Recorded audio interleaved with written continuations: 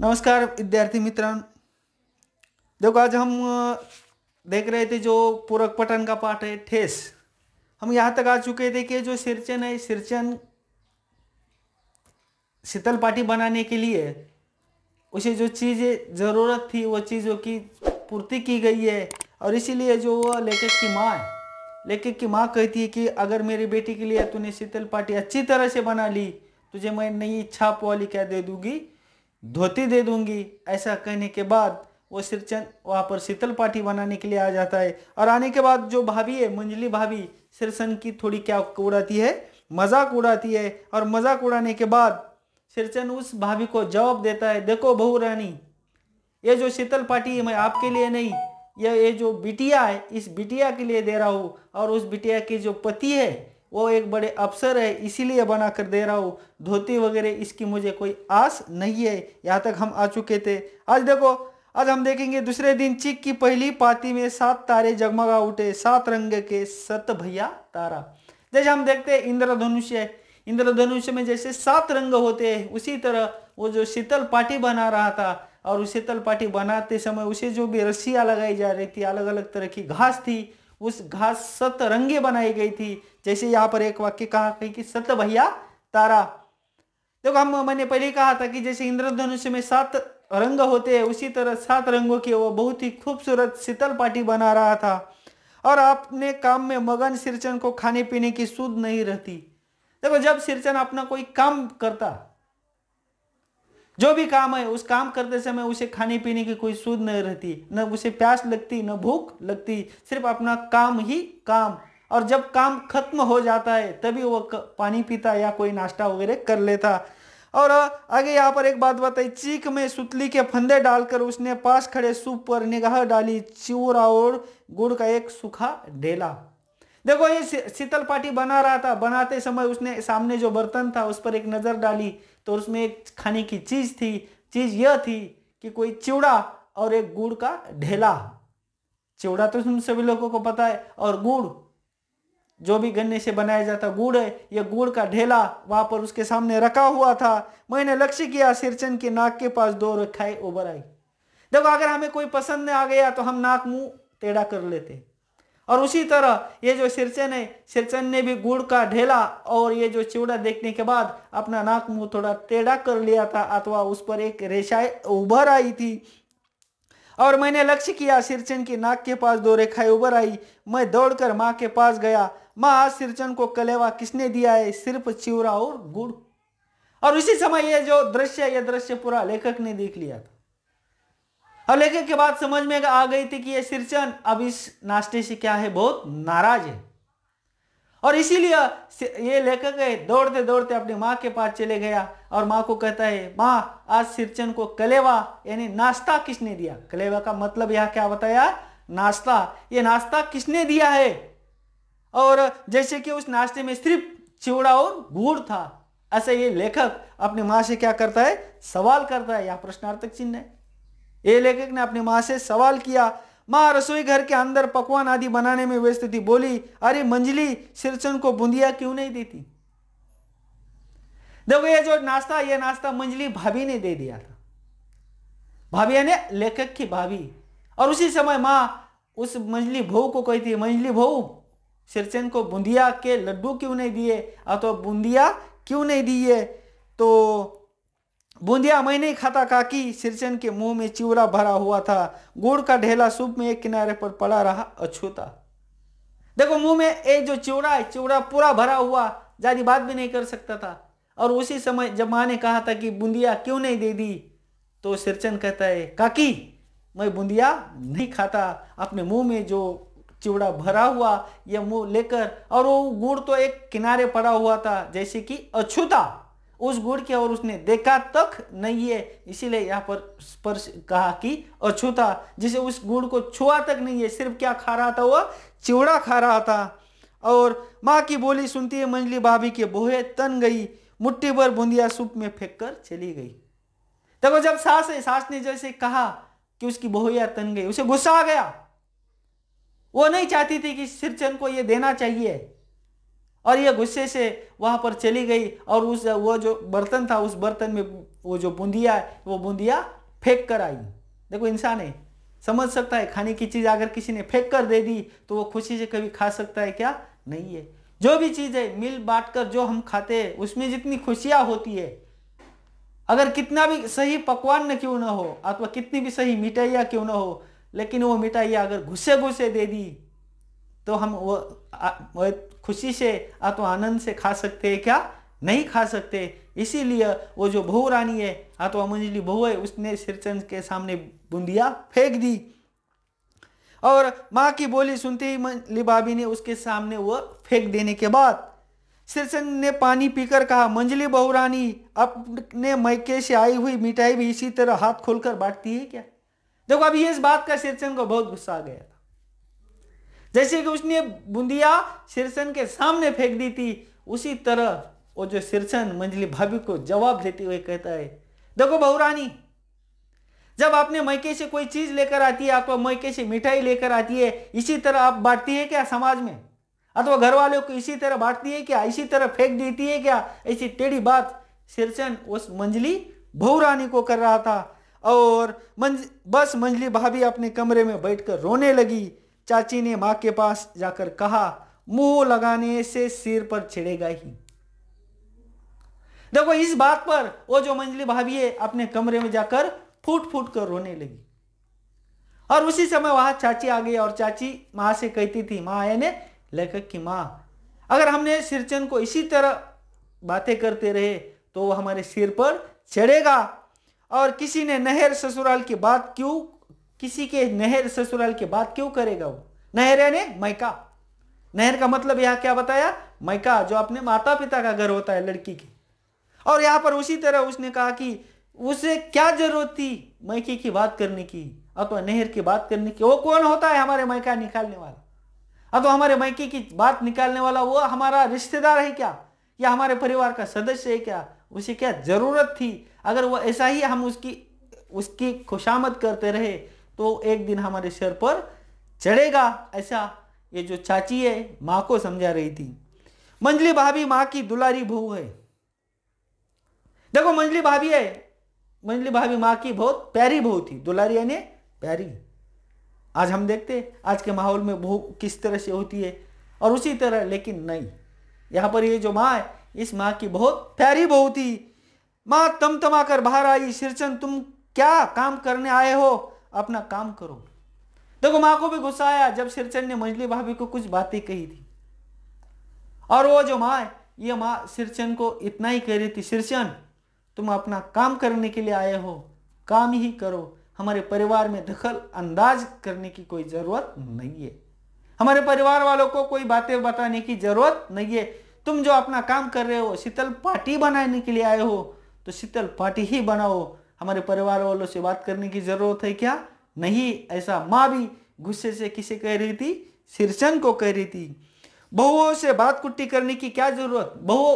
हमारे जो घर है अथवा हमारा जो परिवार है हमारे परिवारों के बहू से बातें करने की तुम्हें कोई जरूरत नहीं। जिस चीज की जरूरत हो मुझसे कहो। अगर तुम्हें कोई चीज की जरूरत हो तो बहू से मांगने की कोई जरूरत नहीं है, मुझसे मांगो, मैं वो चीज लाकर दे दूंगी। लेकिन हमारे परिवार की जो बहू है इनसे बातें करने की तुम्हें कोई जरूरत नहीं। सिरचंद का मुंह लाल हो गया। देखो अभी इस बात पर सिरचंद को भी बहुत गुस्सा आ गया और उसने कोई जवाब नहीं दिया। बांस में टंगे हुए अधूरे चीख में फंदे डालने लगा। देखो गुस्से जब माँ ने ऐसा कहा था कि हमारे परिवार वाले की बहू से बात करने की तुम्हें कोई जरूरत नहीं थी, और इसी बात पर सिरचंद को बहुत गुस्सा आ गया। उसका गुस्से से मुंह लाल हो गया और इसी गुस्से वो जो फंदे उस फंदे में चीख क्या कर रहा था? बूंद रहा था। और उसी समय वहां पर देखो जिस बिटिया के लिए वो शीतल पार्टी बना रहा था वो बिटिया की बात आगे बताई गई है। आगे क्या कहा? मानू पान सजाकर बाहर बैठक खाने में भेज रही थी। चुपके से पान का एक बीड़ा सिरचंद को देती हुई इधर उधर देखकर बोली, सिरचंद दादा, काम काज का घर, 5 तरह के लोग 5 किस्म की बात करेंगे, तुम किसी की बात पर कान मत दो। देखो वो बेटी है और बेटी अभी सिरचन को समझा रही थी।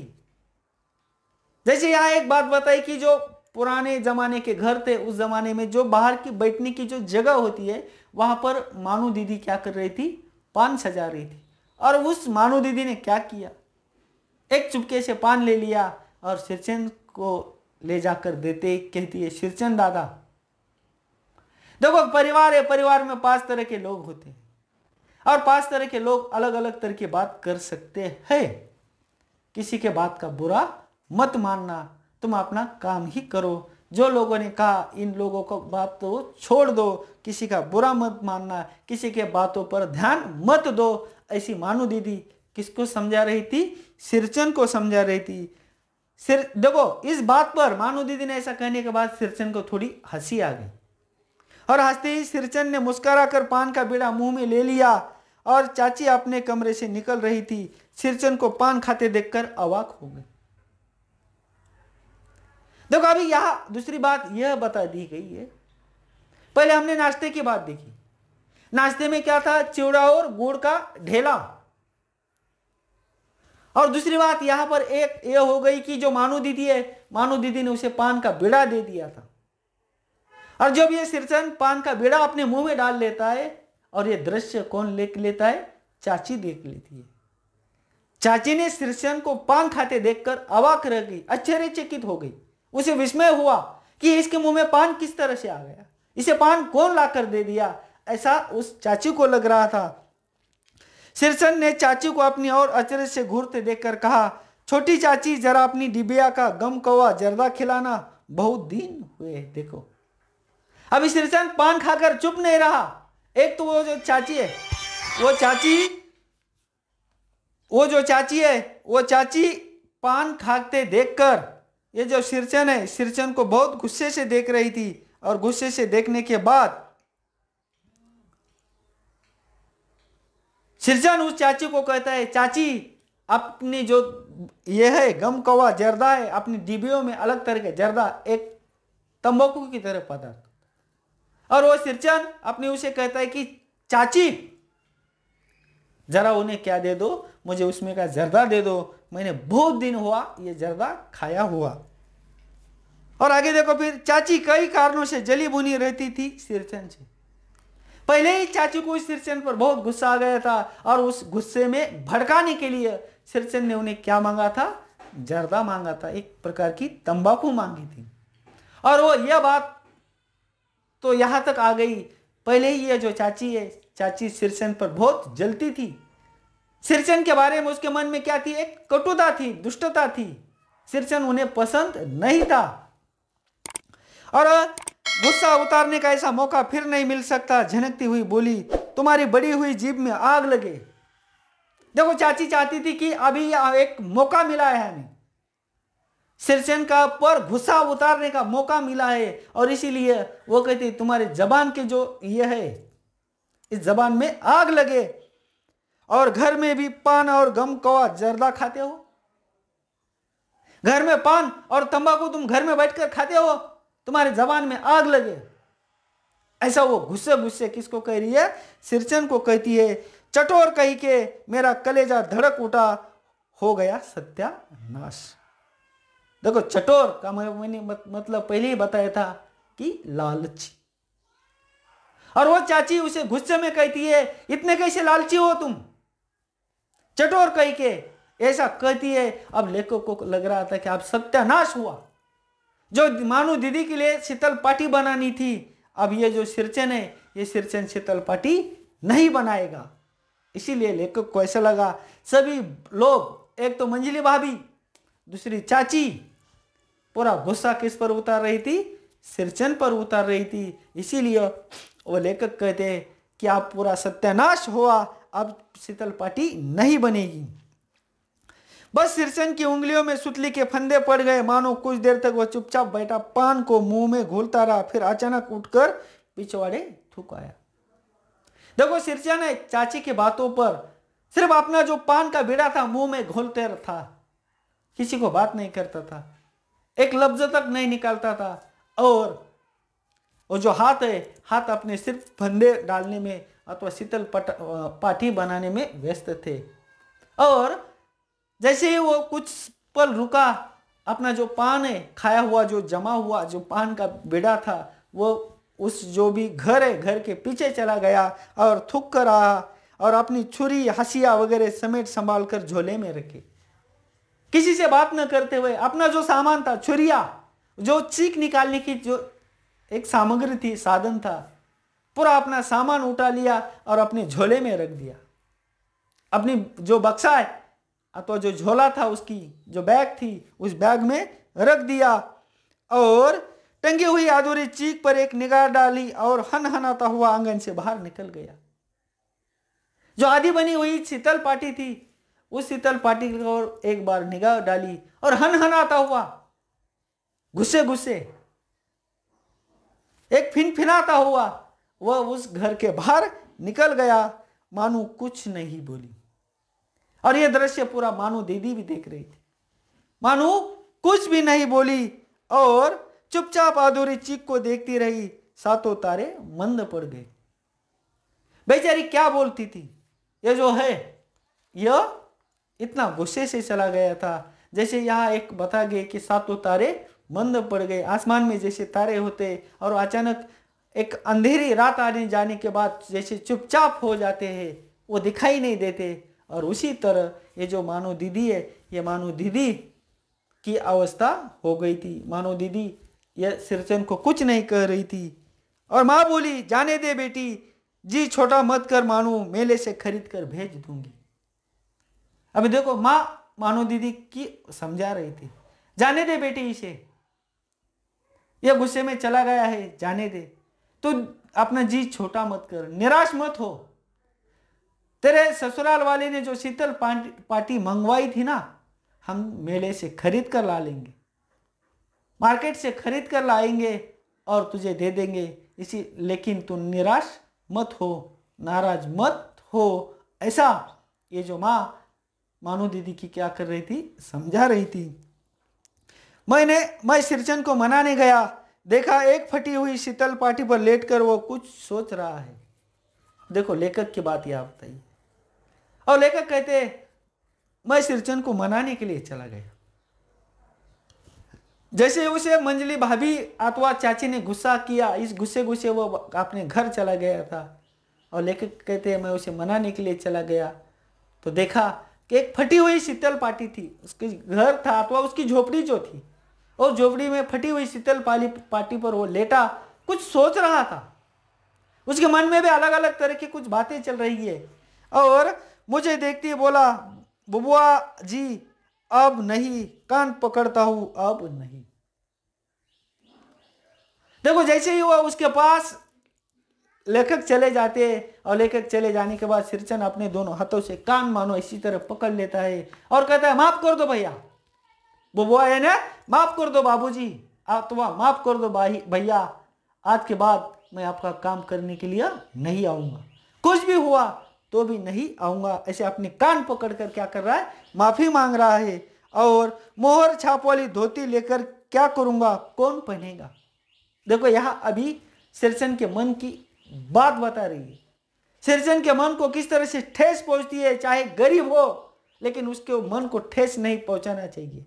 हमारे पाठ का ही शीर्षक क्या है, ठेस। और उसी तरह ये जो सिरचन है, सिरचन को किस तरह से ठेस पहुंचती है, यहां से आगे हमारे बात समझ में आ रही है। और वो कह रहा है कि आपने छाप वाली धोती भी दे दी तो उसे पहनेगा कौन, कौन पहनेगा। और ससुरी खुद मरी, बेटी बेटियों को ले गई अपने साथ।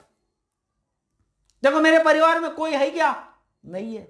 ससुरी खुद मरी, ससुर यानी उसकी पत्नी की बात कर रहा है, खुद मरी और मेरे बाल बच्चे को भी अपने साथ लेकर चली गई। और बबुआ जी मेरी घरवाली जिंदा रहती तो मैं ऐसी दुर्दशा भोगता। देखो एक गरीब परिवार की अवस्था है यहां। और वो लेखक को समझा रहा है, बाबूजी अगर मेरी बीवी जिंदा रहती तो मैं किसी खाने के लिए किसी के घर पर काम करता क्या, मेरी इतनी दुर्दशा होती थी क्या। देखो बीवी कैसी भी हो, अपनी बीवी होती है और वो अपने घर का जो अपने परिवार में जो भी है उसे अपने पति को खिलाने की कोशिश करती है। और उसी तरह ये जो सिरचन है इस बाबूजी को अथवा लेखक को समझा रहा था, बाबूजी अगर मेरी पत्नी जिंदा रहती तो मेरी ये दुर्दशा होती क्या, मेरी ये अवस्था होती क्या। और यह शीतल पाटी उसी की बुनी हुई है, यह शीतल पाटी को छूकर कहता हूं अब यह काम नहीं करूंगा। देखो वह लेखक को कह रहा है ये शीतल पाटी है ना, मेरी बीवी ने ही बुनी हुई है, और मैं मेरी इस बीवी ने बुनी हुई शीतल पाटी की कसम खाकर कहता हूं आज के बाद मैं ऐसा काम करूंगा क्या, नहीं करूंगा। क्योंकि अगर वो जिंदा होती तो ये मेरी दुर्दशा नहीं होती, उसकी मौत हो गई है, इसीलिए उसकी मेरी क्या हो चुकी है, दुर्दशा हो चुकी है। गांव भर में तुम्हारी हवेली में मेरी कदर होती थी, अब क्या। देखो लेखक को वो क्या कह रहा है, पूरा जो गांव था उस गांव में मेरी कोई कदर नहीं करता था, लेकिन तुम्हारी हवेली ऐसी थी कि तुम्हारे हवेली में मेरे क्या होती थी, कदर होती थी, गरीबों की इज्जत होती थी। लेकिन अब नहीं। मैं चुपचाप वापस लौट आया, समझ गया कलाकार के दिल में ठेस लगी है, वह नहीं आ सकता। देखो लेखक कहते हैं मैं चुपचाप वापस लौट आया, और लेखक समझ गया था कि कलाकार छोटा हो या बड़ा, गरीब हो या अमीर, जब उसके दिल को कोई ठेस पहुंचती है तो उस जैसा दुख सिर्फ कलाकार को जितना दुख होता है उतना वो दुख दूसरे अन्य किसी को हो सकता है क्या, नहीं हो सकता। यह बात कौन समझ गया था, लेखक समझ गया था। इसी तरह यहाँ पर ये जो ठेस है, ये ठेस यानी उसके दर्द होना, उसके मन को बुरा लगना, और ये जो मंजली भाभी है अथवा जो चाची है, चाची ने जो बातें कही थी, ये बातों का बड़ा दुख किससे हुआ था, सिरचन को हुआ था। इसी बात को लेकर वो पूरी अपनी जो परिवार है, अपने परिवार की कहानी लेखक को समझा रहा था। बड़ी भाभी अधूरी चीख में रंगीन छींट का झालर लगाने लगी, यह भी भेजा नहीं दिखलाई पड़ता, क्यों मानो। देखो सिरचन ने आधी आधी बुनी हुई जो शीतल पाटी है, इस शीतल पाटी को मानो बड़ी भाभी कुछ बना रही थी, कुछ डिजाइन बना रही थी, और मानो दीदी को कहती है मानो दीदी ये ठीक लग रहा है क्या, ये अच्छा लग रहा है क्या। मानो कुछ नहीं बोली बेचारी, किंतु मैं चुप नहीं रह सका, चाची और मंजली भाभी की नजर न लग जाए इसमें भी। देखो मानो दीदी कुछ नहीं कह रही थी, लेकिन वहां पर लेखक चले गए, और लेखक उस अधबुनी शीतल पाटी को देखकर कहते हैं देखो ये तो अच्छा तो लग ही रहा है, लेकिन मंजली भाभी की और चाची की नजर न लगे इसे। एक गुस्से में आकर अथवा आवेश में आकर लेखक अपनी चाची और मंजली भाभी को यह बात बता रहा था, और मानू को ससुराल पहुंचाने मैं ही जा रहा था। देखो अभी यह जो मानू दीदी है अपना मायका छोड़ के ससुराल जा रही है, और लेखक कह रहे मानू दीदी को पहुंचाने के लिए, उसे ससुराल छोड़ आने के लिए मैं ही जा रहा था। अब यहां से आगे कहानी और किसी अन्य तरह मोड़ लेती है। अभी तक हमने यह देखा कि जो सिरचन है, सिरचन की बात दिखी थी, सिरचन जितना कारागिर अच्छा था उतना ही वो कैसा था, गुस्सा आता था उसे। और सिरचन ने खुद बता दिया था मेरी बीवी मर चुकी, मेरे बाल बच्चे मर चुके हैं, अगर वो जिंदा होते तो मेरी ये दुर्दशा होती क्या, नहीं है, मैं ये दर्द भुगतता क्या, नहीं भुगतता। अब यहां से आगे सिरचन जितना गुस्से गुस्से अपने घर आया था, और आने के बाद लेखक उसके घर भी चला गया, लेखक ने उसे समझाने की कोशिश की, फिर भी सिरचन समझ गया था क्या, नहीं है। अब लेखक कहते मैं मानो दीदी को उसके ससुराल लेकर जा रहा था। स्टेशन पर सामान मिलाते समय देखा मानो बड़े जतन से अधूरी चीख को मोड़कर लिए जा रही अपने साथ। देखो मानो स्टेशन पर मानो रेल से सफर कर रहे थे वो, और सफर करते समय अपना मायका छोड़कर जब ससुराल जाती है कोई बिटिया, तो अलग अलग तरह की चीजें, अलग अलग तरह का सामान वो अपने साथ लेकर जाती है। और उसी तरह ये जो सिरचन है, सिरचन ने आधी बुनी हुई जो शीतल पाटी थी, ये शीतल पाटी वो अपने साथ लेकर जा रही थी। मन ही मन सिरचन पर गुस्सा हो गया। देखो बहन है उसकी, लेखक की बहन, वो अधबुनी शीतल पाटी लेकर चली जा रही है, और इसी दृश्य देखकर लेखक को उसके मन में गुस्सा आ गया था सिरचन के प्रति, और चाची के सुर में सुर मिलाकर कोसने को जी हुआ कामचोर चटोर। देखो लेखक भी कहते चाची के जी में जी मिलाकर गुस्सा कर रहा था। वो कामचोर कहीं का, चटोर कहीं का, ऐसा लेखक के मुंह से भी कुछ लफ्ज निकल रहे थे, शब्द निकल रहे थे। गाड़ी आई, सामान चढ़ाकर मैं दरवाजा बंद कर रहा था कि प्लेटफॉर्म पर दौड़ते हुए सिरचन पर नजर पड़ी। बबुआ जी, उसने दरवाजे के पास आकर पुकारा। देखो वहां गाड़ी है, गाड़ी में यह जो मानू दीदी को बिठा दिया, बैठ गए, दरवाजा बंद ही करना था। उसी समय सामने से दौड़ता हुआ कौन आ रहा है? सिरचन आ रहा है और वो कहता है, बाबूजी, बबुआ जी, बाबूजी। क्या है? मैंने खिड़की से गर्दन निकालकर खिड़की के स्वर में कहा, सॉरी, मैंने खिड़की से गर्दन निकालकर झिड़की के स्वर में कहा, गुस्से से कहा, क्या है? झिड़की। यानी अभी तक जो सिरचन है, सिरचन के प्रति उन्हें गुस्सा ही था, क्योंकि मानू दीदी को जो शीतल पाटी देनी थी वो आधी ही बनाई थी उसने, और ये आधी बुनी शीतल पाटी जो मानू दीदी है अपने मैके से ससुराल लेकर जा रही थी। और इस बात का बहुत गुस्सा किसे आया था? लेखक को भी आया था। और इसीलिए लेखक को जब उस सिरचन ने आवाज दे दी, पुकारा, बबुआ जी, बाबूजी, लेखक ने खिड़की से गर्दन बाहर निकाली और गुस्से के स्वर में कहा, क्या है? और सिरचन ने पीठ पर लदे हुए बोझ को उतारकर मेरी ओर देखा। दौड़ता आया हूं, दरवाजा खोलिए, मानू दीदी कहा है, एक बार देखो।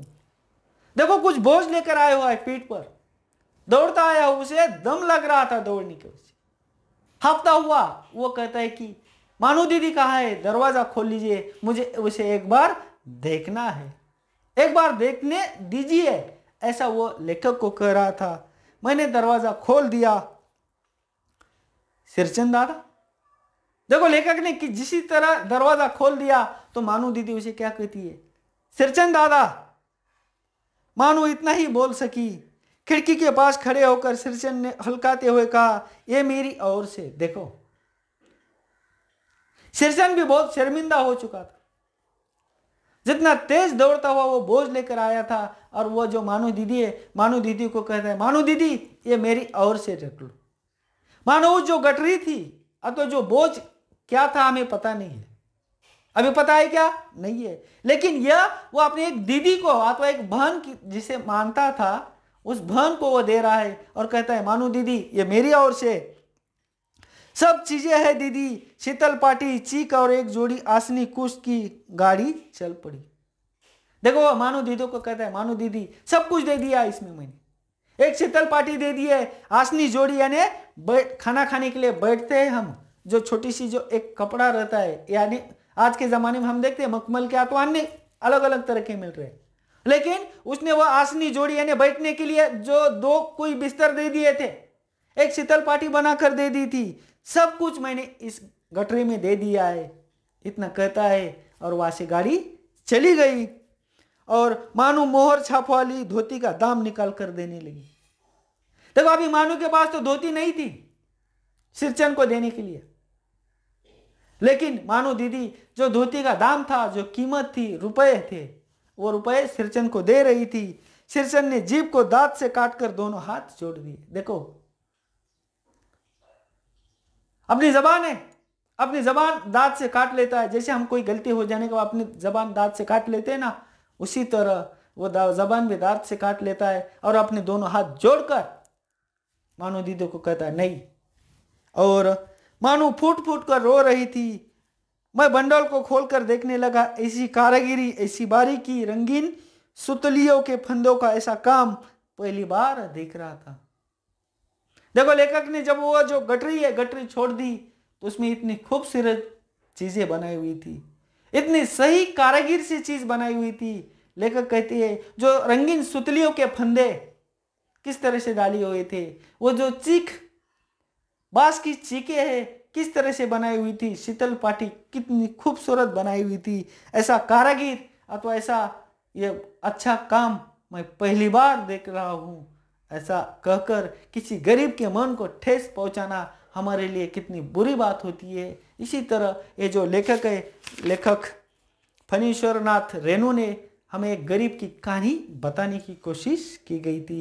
यहाँ पर ये जो पूरक पठन है, यह पूरक पठन समाप्त होता है। और सभी छात्रों से यह कहता हूँ कि अगर हमारा ये वीडियो अच्छा लगा तो लाइक जरूर करो। अगले वीडियो के लिए नमस्कार।